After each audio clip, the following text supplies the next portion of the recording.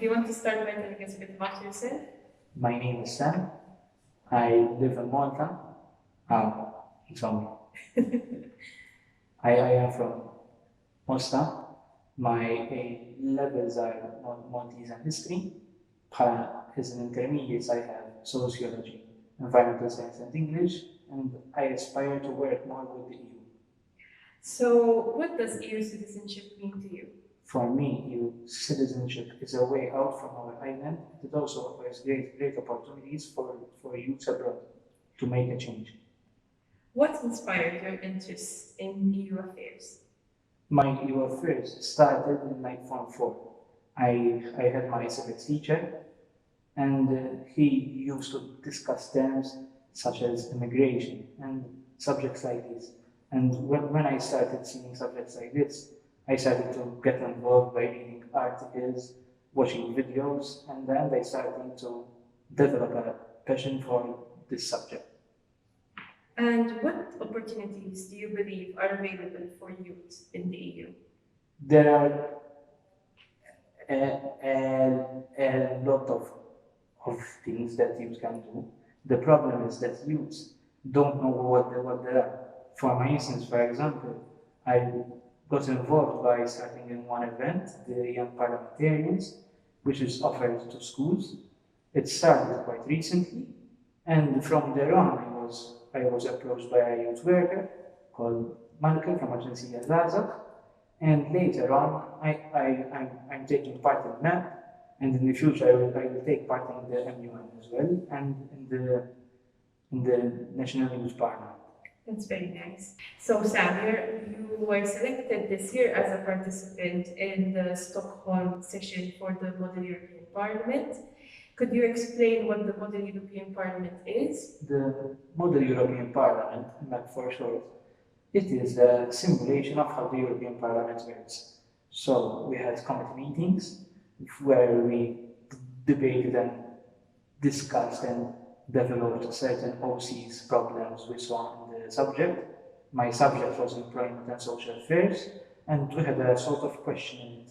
So then we had to find the problems, like for example, corporate social CSR, and we later turned them to OCs, and we did a resolution on them. And then we had a GA. We discussed factual questions about the resolutions. Then we had against speeches. For example, if a committee member didn't agree, they could have raised their hand online physically to show that they disagreed, and they would be chosen for an against speech, only one per subject. Then later, in the GA, they would vote in favor of or against the amendment, and if the amendment passes, it will later be sent to the MEPs to discuss in the European Parliament. That's very interesting. And how did you get involved in this initiative? I got involved after an event organized by Agency Zaza. The event was called Young Parliamentarians. Unfortunately, due to technical problems, I couldn't take part in the final session, the debating session. So after they offered me a go-live session with them on Facebook, where I was with another girl, Tiziana, and with her we debated how COVID affected youth. After that, a youth worker from Agency Yazata called Malcolm offered me to sign up for the map. At the end, then we did the interviews, and I was on the waiting list, so I wasn't chosen immediately. But after like 2 months, I received from Isabel, and she told me that there was one spot. So then I was chosen. Why do you think this is important for the EU in general? It is important because it gives one of the best things to use. It gives youth a voice. Currently, youth have a voice, but their voice isn't very strong. For example, take school. If students say that the Wi-Fi isn't powerful enough, they don't have a say. The government won't do anything about it. But if they take part in these certain kind of events, they can voice their thoughts and opinions, and even maybe then MPs here of Malta could listen to them and later on and further debate their thoughts in the Maltese Parliament. How should the EU, in your opinion, be tackling the biggest international issues at the moment? For me, I believe that the EU should focus on youth stocks. For example, Greta Thunberg is a youth. She has brought major change to climate. If we have more youths like her, which we have, but they are too afraid to raise their own voice, if the EU can manage to find youths like Greta Thunberg, the EU can have more thoughts, and more thoughts equals that they can work closer to youths to discuss and maybe even find solutions to global problems such as global warming. Do you foresee some challenges with the virtual setting of MEP this year? Yes, the fact that the schedule instead of a whole week, it shifted to 4 days. It's a lot because we basically have one night and 3 full days, and to do the resolution in one full day in one committee session, it's a bit challenging because normally if you have the session in a country, you have 3 days for that, 4 days. So the schedule is jump back. And also for me, in my opinion, it is too short. To actually get to bond with the committee, you need time. And when you bond, you can come up with better resolutions. And you can also have better friendships as well.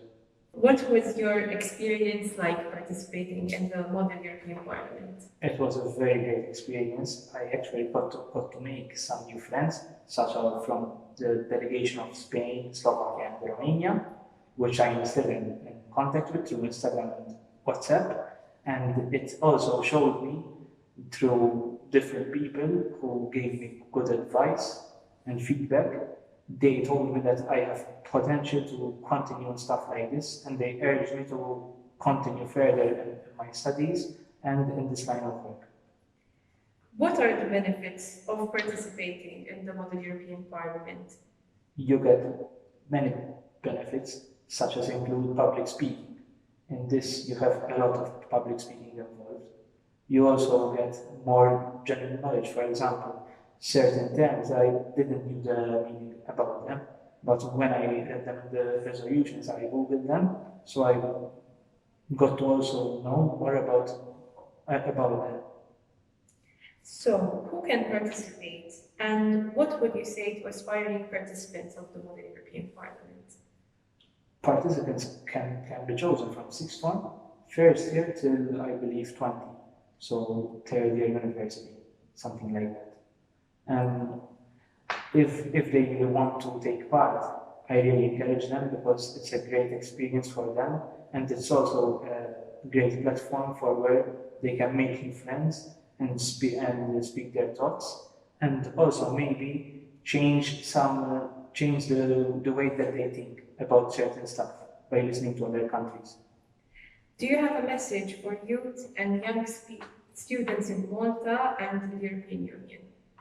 Yes, I would like to say that even though in life you will find obstacles will only make you stronger. So never give up and always look bright for the future. That's very good.